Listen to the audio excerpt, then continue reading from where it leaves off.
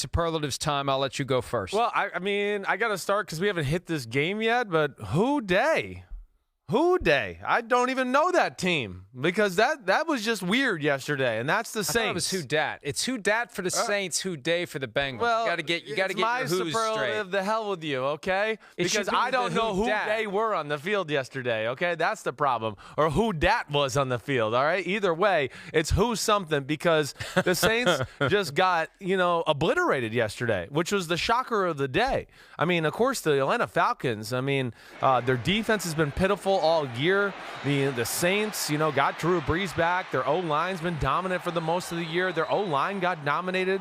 Their defensive line, which you hear me talk about a lot, Mike, is phenomenal. They got pushed around and got run on yesterday where the Falcons had long drives. I think they had 3 or 4 drives with 10 plays or more that led to points. Just like, again, it's the NFL, and I'm never shocked to see a team lose, but that was a surprising loss, and it's just the fashion in which they lost. Like, it was never a game. We never looked at it and went, oh, here comes the Saints, or, oh, man, that was a bad break for them, or that would have been a game. It was just pretty much a straight-up, Falcons kind of controlled it from get-go. And it was a stunner. I think one of the biggest surprises of the year so far. And I understand when you're talking about teams in the same division, you throw out the records. Yep. Rodney made that point last night. But even with all that, the Saints seem to be operating multiple levels above the Falcons, and both teams had 2 weeks to get ready. Yep. And you got to wonder whether the Saints are maybe living a little too high on the hog the 2 weeks that they were off. Right. And thinking that this is just an easy punch here. We got the Falcons. We're going to beat them. We play them again on Thanksgiving night. It's another one. All of a sudden,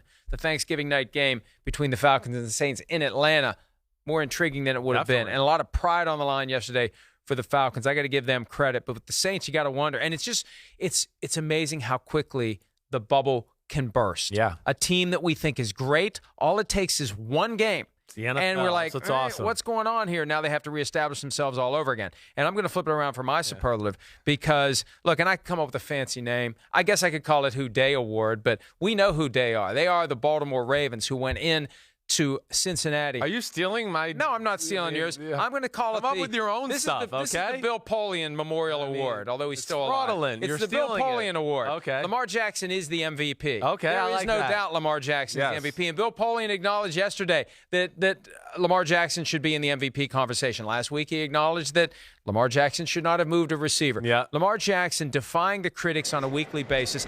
And there was a true opportunity for a letdown yesterday for the Ravens. They had beaten the Seahawks by 14. They had beaten the Patriots by 17. This was the one soft spot on the schedule before things get very difficult over the next month. They went into Cincinnati, and they took care of business. This is why I firmly believe they'd cover the 9.5-point spread. Because John Harbaugh was not going to let this team have a letdown. And Lamar Jackson, if you're watching all the guys, they're posing with the sunglasses, he does not care who the opponent is. He doesn't care if it's a game they're supposed to win. He doesn't care if it's a game they're supposed to lose. He just goes out and plays each and every week. And that 47-yard touchdown that we saw with that spin move, incredible. He is the MVP right now. It's his. Got a long way to go. Yeah. Things can change.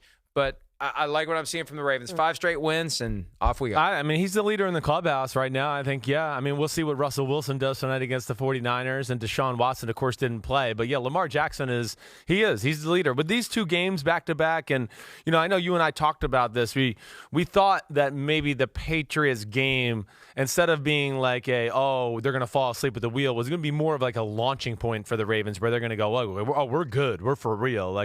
We thought we were for real, but now we know it since we did that to the Patriots, and I think we saw that yesterday.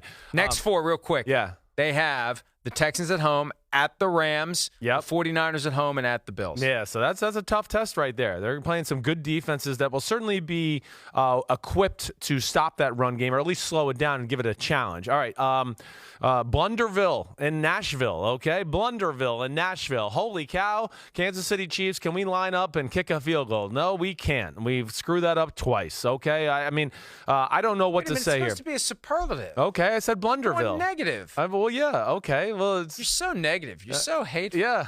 Yeah. They won the award for stinking at the end of the game. Okay, right. There you go. But yeah, I just look at that, and of course, I should give Derrick Henry a lot of credit. You're right; he was awesome. Ryan Tannehill, great in the clutch moments.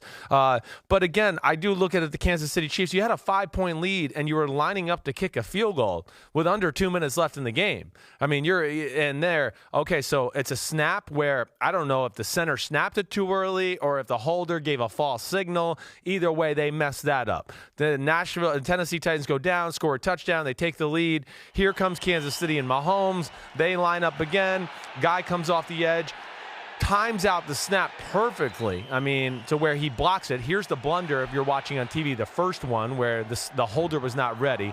And now Tannehill has a great drive. And this is where Tannehill has just been better than Marcus Mariota. Just a little bit better feel as an overall quarterback.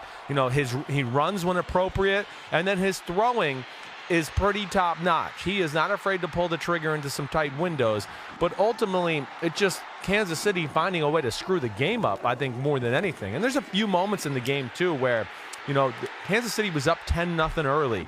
And this is, I thought, one of the underrated moments where 10-0, they're kind of driving again, and Mahomes has Sammy Watkins over the middle on a third down. He is wide open and overthrows it. And they end up having to punt because they were on kind of field goal fringe territory. And that was a moment where I thought, ooh, they could have really controlled the game and put Tennessee in a tough spot. Didn't happen. And even at the end of the game, they had another timeout. I would have liked to seen them take one more shot down the middle to get a chunk piece of yards. Maybe it doesn't matter. I mean, they don't block the guy off the edge either way, but that's going to be a tough loss for the Chiefs to swallow this morning. All right. Well, if you are going to go negative while couching it as a positive, I'm going to do the same thing. Yeah. I'm going to give out the Willie Mays on the Mets award to Adam Vinatieri, because as much as I hate to say it, and he's a Hall of Famer. He should be a first ballot Hall of Famer, right, which has never happened for a kicker, and it's probably going to be hard for him to get there. And you have to wonder, Shereen Williams, who's one of the Hall of Fame voters, made the observation before the season started that Eli Manning was actually hurting his Hall of Fame case by hanging on and adding negative performances to what otherwise would be a potential Hall of Fame career. Yep. At some point, that specter arises also for Adam Vinatieri. I still think he's a long way to go before that happens, but this last year is tarnishing his name. It's tarnishing his legacy. And at a certain point, I know it's not easy to do, and it's easy for me to say it, there's a point where you just have to step aside. He thought about doing it after the first couple of weeks of the season. The Colts wanted him to stay around for leadership purposes. Then after that, he started to get it together again. The past couple of weeks, inexcusable. A couple of losses that could have been wins. You cannot have that. If it was anybody else, you take the name, and they do that at every other position in football. They take the name off the jersey and they evaluate. They need to take the name off the jersey and evaluate. There are plenty of guys out there who can kick.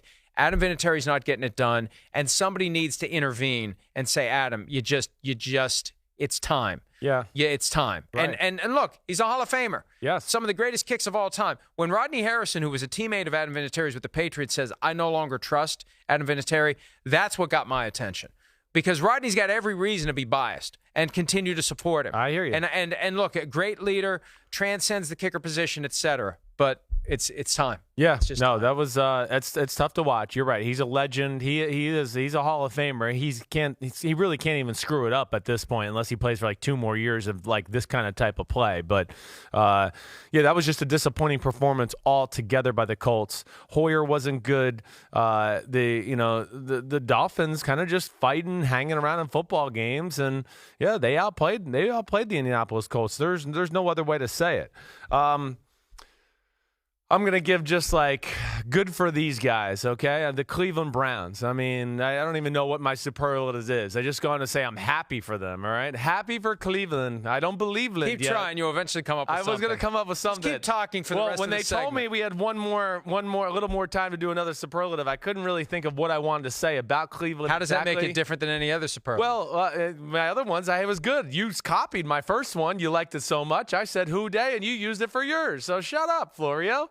Okay, so what do you want to say about the Browns? But answered the bell a little yesterday. I mean, found a way to win a tough football game. Baker Mayfield's been dealing with a lot of criticism, and he drives them down late in the game and has a number of great throws. We saw the Jarvis Landry. He makes a great catch. But then, game-winning touchdown, that's a big moment for a young team. So, I guess I should say it's like the get-off-my-back get off my back award, at least for 4 days until we play again on Thursday night, and they got a deal. But happy for Cleveland will do. I like that on the graphic there. All right, you eventually got Happy. that. Hey, you know, the way you were holding that microphone a little bit ago, I thought you were sending me a message. Yeah, like watch what? that. Watch that second finger. Yeah, yeah. The way, stop it. Stop it. Hi, I'm Mike Tirico, and thanks for watching. Make sure to hit subscribe for the latest news and highlights from NBC Sports.